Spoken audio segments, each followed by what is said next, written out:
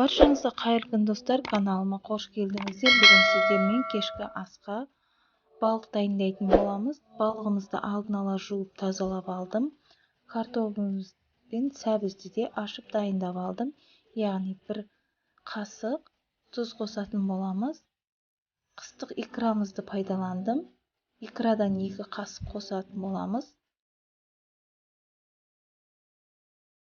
Бір сарымсақ қостым. Қарғыштың көмегімен осылай өткізіп, яғни қолымызбен осылай жақсылап араластырамыз.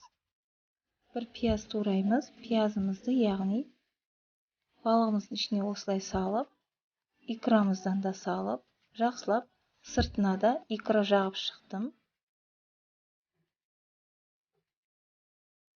Осылайша лист пайдаландым.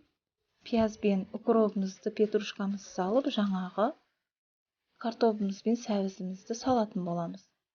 Осылайша жайғастырып, балығымызды бетіне қоятын боламыз.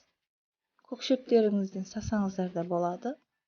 Екінші балығымызды қойып, беттеріне осылай пияз бен икрамыздан салып, помидорымызды, яғни қызанағымызды салатын боламыз.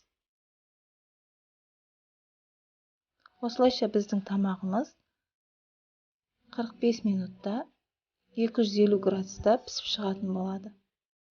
Өте керемет, дәмді, әдемі болып шығады. Сіздер де жасап көруге кеңес беремін.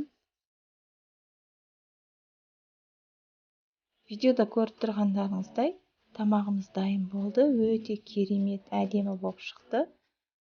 Достар, егер сіздерге видеоны лайк басып, комментарий жазып, арнаға тіркелуді ұмытпаңыздар. Менің каналымның дамуына өз үлесіңізді қоса кетіңіз. Басқа да чаттарға жіберуіңізді сұраймын. Видеоның соңына шейін қарағаныңыз үшін рахмет. Келесі видеода көріскенше